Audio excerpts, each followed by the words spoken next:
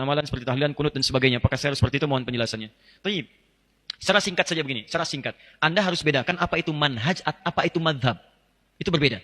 Saya sering sampaikan kalau manhaj itu cara kita berislam. At-tariqul wadih, jalan yang jelas menuju Islam dengan jalur mengikuti Nabi SAW. Contoh, saya hapus ini misalnya ya. Siapa Nabi kita? Nabi Muhammad SAW. Apa yang diturunkan pada beliau untuk membimbing kita?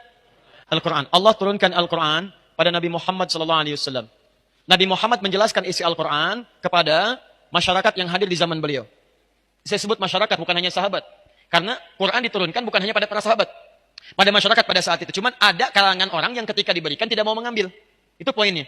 Yang mau mengambil beriman pada Nabi, hidup di zaman Nabi, melihat Nabi disebut dengan sahabat pada saat itu. Nah, penjelasan Nabi kepada para sahabat, masyarakat disebut dengan hadis namanya. Hadis. Apa yang dikerjakan, apa yang dilakukan, apa yang dikatakan, apa yang melekat pada Nabi namanya hadis. Kalau itu jadi pedoman kehidupan berubah namanya dari hadis jadi sunnah. Muncullah istilah Al-Quran dan sunnah. Nabi ketika mengajarkan pada para masyarakat, singkatnya nanti ada menjadi golongan sahabat yang diajarkan Al-Quran dan sunnah. Isi Al-Quran dan sunnah minimal ada 3 bagian. 1 disebut dengan ibadah, 2 disebut dengan muamalah, 3 disebut dengan akhlak. Isi dari ketiga ini dibagi pada 2 bagian. 1, dalil dan tuntunan yang hanya 1 ragam saja, 1 cara. Di 1 dalil, 1 cara. Contoh, saya langsung ambil dalam ibadah. Contohnya sholat. Ada dalam sholat yang caranya cuma 1, dalilnya 1. Misal, ketika kita bertakbir misalnya, saat takbir apa yang dibaca? Allahu Akbar. Hadisnya 1, caranya 1. An-Nasai nomor hadis 886. Angkat tangan Anda, letakkan yang kanan, langsung menutup yang kiri. Simpan di dada. Redaksinya langsung. Fa wadu'a, fa itu langsung. Tanpa jeda, tanpa ada gerakan lain. Mohon maaf ya, saya tidak bermaksud menyalahkan. Tapi hanya mengembalikan pada hadis. Kalau ada, kerjakan. Kalau tidak, cukup kita tinggalkan. Jangan terlampau kreatif dalam ibadah. Ya, misal, saya belum pernah menemukan misalnya, bukan bermaksud menyalahkan. Ustadz nggak enak ya. Kedengaran suara saya?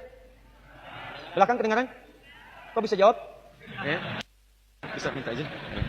Luar biasa di UPI ini ya. Baik, tidak kedengaran bisa jawab. Lihat sini. Angkat yang kanan, letakkan kanan di kiri. Redaksinya langsung. Langsung itu artinya tidak ada jeda, tidak ada gerakan lain. Begitu diangkat, letakkan yang kanan di kiri. Saya mohon maaf, saya belum menemukan. Dan sebagian beralasan begini, Ustaz, nggak enak lah, masa sama Allah kiri dulu. Kenapa tidak kanan dulu? Allah, kanan masuk, kiri, tutup misalnya. Nah, ini fokus ya, kadang-kadang kaki naik dikit misalnya. Misal, mohon maaf, ini hadisnya cuma 1, caranya 1. Disebutkan 1 hadis, 1 cara, karena menurut ukuran agama, semua umat Islam mampu melakukannya. Makanya ketika dilakukan 1 cara, semua orang bisa. Bisa semua orang. Dan mengucapkannya Allahu Akbar, tidak ada kalimat lain. Kalau ada yang seperti ini, artinya dipandang semua orang Islam mampu mengerjakannya. Karena itu tidak perlu kreatif mencari cara yang lain. Ya, misal yang tadi dilipat seperti ini, saya punya koleksi 1235 kitab hadis. Saya mencari sampai dari yang hadis paling sahih sampai yang paling palsu. Saking palsunya yang tadi di kitab hadis palsu pun tidak ditemukan. Anda bayangkan. Misal, yang kedua, ada tuntunan dari Nabi yang sifatnya beragam dalil, beragam cara. Dalilnya bukan cuma 1, dalilnya banyak. Caranya bukan 1, caranya banyak. Contoh, masih dalam sholat. Bacaan Al-Fatihah. Bismillahirrahmanirrahim. 70 hadis. Dipraktikkan 4 cara oleh Rasulullah SAW. Kadang dijaharkan. Bismillahirrahmanirrahim. Jahar. Keras. Kadang silent. Sil. Silent. Pelan. Kadang tidak dibaca sama sekali. Alhamdulillahirrabbilalamin. Tidak dibaca. Kadang dibaca rakaat pertama, selanjutnya tidak dibaca lagi. Bismillahirrahmanirrahim. Rakaat pertama. Kedua, Alhamdulillahirrabbilalamin. Tidak dibaca bismillahnya. 4 cara. Kadang baca yang ini, kadang yang keempat. Baca rakaat pertama, selanjutnya tidak dibaca lagi. Teman-teman, kenapa ada 4 tuntunan ini? Karena ada kisah sebelumnya.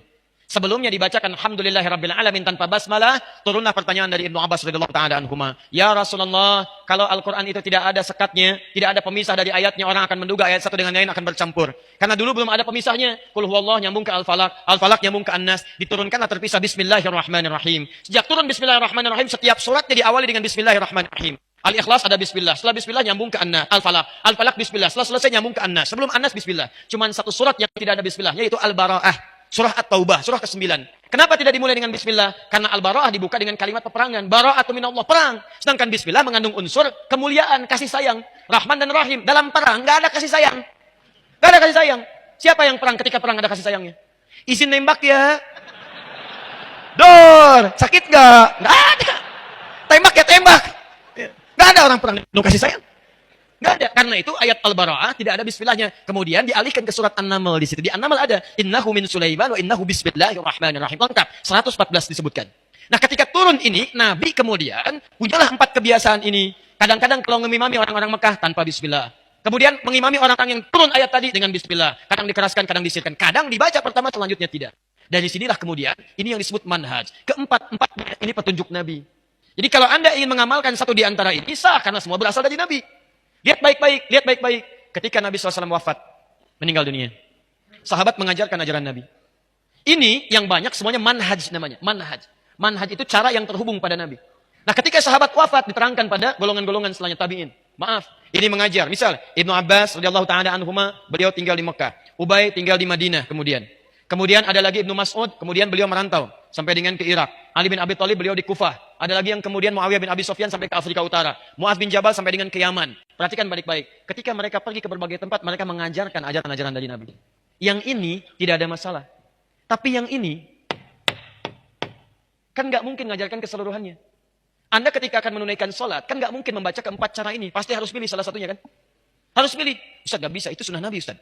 Jangan dipilih-pilih, semua kerjakan. Saya nggak apa-apa, kalau saya keempat-empatnya saya baca. Masya Allah. Imam Upi subuh baca keempat-empatnya. Bismillahirrahmanirrahim. Bismillahirrahmanirrahim. Tidak dibaca sama sekali. Ini nggak bisa. Anda harus pilih salah satu. Harus pilih.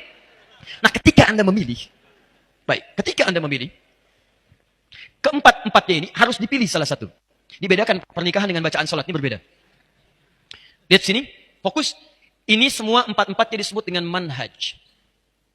Ketika Anda pilih salah satu, kan, maka kalimatnya berubah. Ma dhahaba ilaihi. Ma dhahaba ilaihi. Hal yang cenderung saya pilih. Ma, pilihan. Dhahaba ilaihi, yang condong saya kepadanya. Ketika saya ambil pilihan itu saya praktekkan. Nah, orang Arab itu sama dengan kita. Kalau terlampau panjang, dia singkat. Supaya nggak kepanjangan. Ma dhahaba ilaihi, keraskan. Ma dhahaba ilaihi, sirkan. Kepanjangan. Singkat. Madhab. Singkat. Madhab. Ma dhahaba ilaihi, singkat jadi madhab. Ya. Dia ada singkatan-singkatan di Arab. Bahkan beberapa ayat di Quran itu istilahnya, bukan bacaannya. Istilahnya bisa disingkat. Disingkat yang dimaksud bacaannya. Misal, Bismillahirrahmanirrahim, basmalah. Alhamdulillahirrabbilalamin. Alhamdulillah. Oh, ini sudah jam 9. Saya mohon maaf barangkali. Kita harus coba akhiri dulu. Kita tutup ta'lim kita malam ini dengan bacaan Hamdalah. Hamdalah. Tidak. Ya. Belum selesai. Ini contoh. Ya. Contoh. Belum selesai. Baik. Kita tutup dengan bacaan Hamdalah. Anda bacakan Alhamdulillahirrabbilalamin. Ketika disebutkan madhab, itu bukan kelompok. Bukan aliran. Yang dimaksudkan pilihan yang diambil karena tidak mungkin Anda mempraktekkan keseluruhannya. Maka ketika ini diturunkan, muncullah kemudian para ulama-ulama bintang di zamannya. Muncul kemudian Abu Hanifah, wafat tahun 150 Hijrah. Muncul Imam Malik, lahir 93 Hijrah. Kemudian muncul Imam Asy-Syafi'i, lahir tahun 150 Hijrah. Abu Hanifah meninggal, Asy-Syafi'i lahir. Muncul Imam Ahmad bin Hanbal tahun 163 Hijrah, lahir. Nah, ini orang-orang ini lahirnya di awal-awal abad kedua Hijrah. Lahir. Bahkan Imam Abu Hanifah wafat 150. Imam Malik lahir tahun 93. Imam Asy-Syafi'i lahir 150. Imam Ahmad lahir 163. Fokus. 163 masih di abad kedua. Orang yang lahir masih kisaran abad kedua disebut generasi salaf namanya. Salaf. Generasi tempo dulu. Zaman old. Ini. Salaf. Di Imam Asy-Syafi'i, salaf. Imam Abu Hanifah, salaf. Imam Malik, salaf. Imam Ahmad, salaf. Nah, imam-imam ini, kenapa mereka cukup terkenal? Karena mereka merangkum ajaran-ajaran para sahabat yang bersumber dari Nabi ke masa mereka bukan hanya dengan ingatan, tapi dengan tulisan. Dulu orang belajar dengan ingatan, saking kuat ingatannya luar biasa, Pak. Tapi masa setelahnya kan beda. Semakin meluas, semakin beragam, semakin tipikal yang berubah, semakin memiliki kekuatan yang berbeda-beda dalam ingatan. Maka para imam ini selain kuat ingatannya, mereka juga menuliskan ingatan mereka dalam bentuk kitab-kitab. Terjagalah ajaran itu dalam kitab mereka. Ini yang menyebabkan itu menyebar keseluruhannya. Tapi persoalannya, Imam Abu Hanifah nggak mungkin praktekkan keempat-empatnya. Dia harus pilih salah satu. Ketika memilih disebut dengan madhab Abu Hanifah, dikenal dengan Hanafi. Imam Malik memilih untuk tidak baca bismillah, dikenal dengan Maliki, madhab Maliki. Pilihan Imam Malik. Imam Asy-Syafi'i pilih dijaharkan, disebut dengan madhab Syafi'i, pilihan Imam Asy-Syafi'i. Imam Ahmad menengahi di antara keduanya pakai silent, ya, disebut dengan madhab Hambali, pilihan Imam Ahmad bin Hanbal. Ketika disebutkan madhab bukan kelompok, tapi pilihan para imam ini. Dan mereka tahu keseluruhannya, cuma harus memilih mana yang dipraktikkan. Nah, persoalannya adalah ketika imam ini mengajar, disampaikan generasi setelahnya, generasi setelahnya sampai ke kita. Menyebarlah sekarang. Madhab Abu Hanifah ada di sekitaran Asia Selatan, India, Pakistan, sampai ke timur jauh di Cina. Kemudian Imam Malik sekarang dulu di Madinah. Kemudian menyebar setelah itu sampai ke Afrika Utara. Libya, Tunisia, Maroko, Aljazair, ya, kemudian sampai dengan